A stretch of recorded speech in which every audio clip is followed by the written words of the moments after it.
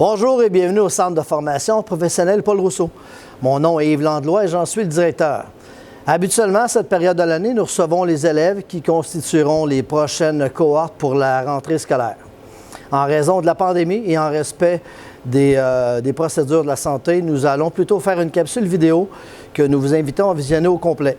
Dans celle-ci, vous aurez donc de l'information sur nos services d'accompagnement, sur le fonctionnement de la formation professionnelle, sur la constitution d'un programme en formation professionnelle, sur nos règles de conduite et bien évidemment les détails pour être prêt à faire votre rentrée scolaire en août prochain.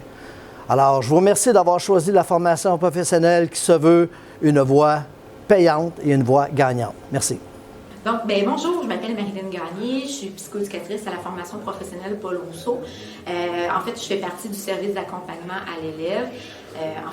Aujourd'hui, je suis là pour vous présenter un peu les différentes ressources qui sont disponibles au centre, qui sont les ressources disponibles pour vous accompagner pendant toute la durée de votre formation. Premièrement, il y a un service qui est en orientation. Si, par exemple, pendant votre formation, vous êtes plus certain de votre choix, vous vous questionnez, vous avez besoin peut-être d'aller valider même si c'est le bon DEP que vous avez choisi, faites appel au service en orientation et ça va pouvoir peut-être vous éclairer.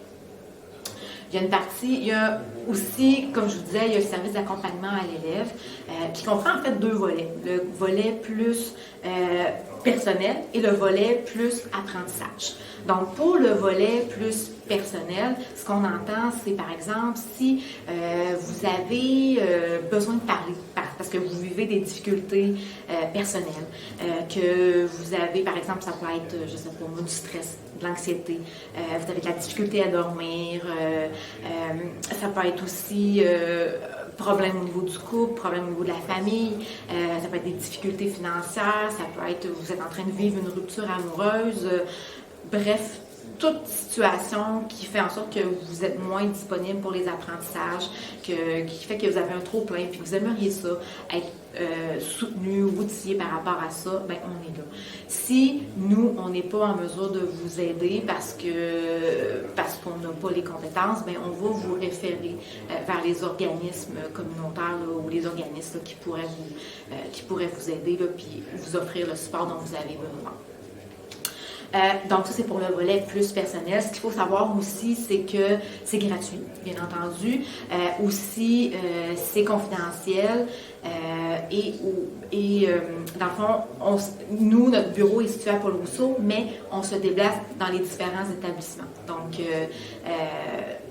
peu importe là, l'établissement, c'est nous généralement qui allons nous déplacer pour rendre les choses plus faciles et surtout pour faire en sorte que vous ne manquez pas trop de matière. On a un horaire aussi qui est quand même flexible. Si par exemple vous avez, vous voulez pas manquer de cours, ça peut être sur les heures de dîner, ça peut être aussi après l'école. Donc on est assez flexible comme je disais. Pour le volet plus scolaire, apprentissage, on a un service en orthopédagogie aussi. Ce que ça comprend, c'est que, par exemple, si vous avez besoin de stratégie d'études, au niveau de l'organisation, l'attention-concentration, ça peut être aussi des trucs pour la mémorisation. Donc, comme je vous dis, il y a le service en orthopédagogie qui est là pour vous aider, là, pour vous donner des outils là, par rapport à votre besoin. Ça comprend aussi le service en orthopédagogie, ça comprend aussi, si par exemple, quand vous étiez dans votre cheminement scolaire antérieur, que ce soit au cégep ou au secondaire, que vous aviez eu un plan d'intervention et des mesures adaptatives avaient été mises en place et que vous aimeriez ça, qu'elles soient reconduites en FP, il faut en faire la demande auprès de l'orthopédagogue et là, on va évaluer si c'est faisable ou non. Elles ne seront pas nécessairement reconduites d'emblée, les mesures, parce que nous, il faut se coller au marché du travail. Donc, c'est sûr que tout dépendant des fois du DEP, tout dépendant de la compétence en cours, il y a des mesures adaptatives qu'on ne peut pas nécessairement mettre en place. Ça peut être aussi, si par exemple vous n'aviez pas nécessairement de plan, que vous n'aviez jamais eu nécessairement de mesures, mais que vous pensez que ça pourrait être bien pour certaines difficultés que vous rencontrez, encore là, n'hésitez pas, faites la demande et si c'est possible, on va la mettre en place. Donc, il n'y a pas besoin d'avoir eu déjà un plan d'intervention. Okay? Donc, ça, c'est pour les volets services d'accompagnement à l'élève. Ensuite, il y a au niveau des prêts bourses qu'on peut offrir aussi du support.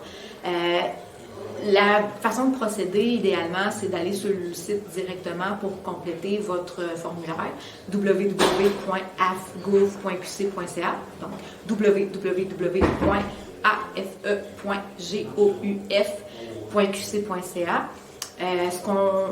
Vous la complétez idéalement le plus tôt possible. Aussitôt que vous savez que vous allez avoir besoin du support financier, des prêts et bourses, faites votre demande parce qu'il y a un traitement quand même de 4 à 6 semaines. Plus tôt vous la faites, plus tôt vous allez avoir les sous pour commencer. En cours de route, mettons que vous avez décidé que vous n'aviez pas nécessairement besoin des prêts et bourses, mais que rendu, je ne sais pas, 4 mois plus tard, là, vous pensez que ça pourrait être bien, que ça vous donnerait peut-être un petit coup de pouce. Donc, à tout moment, là, vous pouvez la faire, votre demande. C'est rétroactif. Donc, vous allez avoir les sous à partir du moment où vous avez commencé l'école. Si, en cours de route, comme je vous dis, en tout cas, peu importe que vous avez besoin de support, vous pouvez appeler à la réception et on va vous diriger vers la bonne personne. En fait, c'est peu importe le service, la ressource que vous avez besoin, gênez-vous pas, soit que vous pouvez passer par vos enseignants, nous contacter directement ou encore passer par la réception qui va vous diriger vers la bonne personne, qui va vous donner les coordonnées pour rejoindre la personne ressource. Donc, sur ça, je vous souhaite une bonne entrée. Puis, n'hésitez pas à utiliser les services, les ressources, on est là pour vous. Merci. Bonjour, mon nom est Marie-Ève Chabot, je suis directrice adjointe au Centre de formation professionnelle Paul Rousseau. Moi, aujourd'hui, je vais vous entretenir sur le fonctionnement du Centre de formation professionnelle. Peut-être que la plupart d'entre vous sortez d'une école secondaire ou faites un retour aux études, donc le fonctionnement est probablement bien différent de ce que vous connaissez déjà. Et on souhaite que vous soyez prêts pour votre rentrée, alors je vais tenter de répondre le plus possible à vos questions. Tout d'abord, un petit contexte sur la formation professionnelle. Nous avons 25 programmes d'études regroupés dans 4 bâtiments différents. Nous avons plus de 100 enseignants dévoués qui travaillent au centre de formation dans les 4 bâtisses. Et nous sommes une équipe de direction de 4 membres, dont un directeur principal et 3 directrices adjointes. Il y a du personnel professionnel, personnel administratif et du personnel de soutien également qui sont disponibles là, pour tout au long de votre formation pour vous aider. Qu'est-ce qu'un programme de formation? Un programme de formation, ça comprend différentes compétences. Donc, tout dépendant dans le programme dans lequel vous êtes, il va se retrouver une vingtaine de compétences, parfois plus, parfois un peu moins, qui vont être de durée aussi différente. Il y a des compétences qui vont être beaucoup plus courtes, il y a des compétences qui seront plus longues, dont souvent les compétences en stage, les compétences pratiques vont être souvent plus longues. Et lorsque les compétences vont parfois se faire de façon simultanée, vous allez entreprendre 2 compétences à la fois. Parfois, ça va être une compétence à la fois pour différentes raisons qu'on va vous expliquer bien entendu, mais ça se fait bien. Il y a une durée dans le temps, il y a un examen à la fin de chacune des compétences pour conclure. Le cheminement d'un élève en formation professionnelle, bien entendu, les enseignants sont là pour vous accompagner, pour vous amener à vivre des succès, réaliser et compléter vos compétences avec succès pour, évidemment, vous rendre autonome et prêt pour le marché du travail, là, dans l'emploi pour lequel vous êtes en formation. Le fonctionnement, ce qu'on vous demande comme élève, les qualités, bien entendu, nous vous demandons d'être autonome et d'être motivé, c'est très important.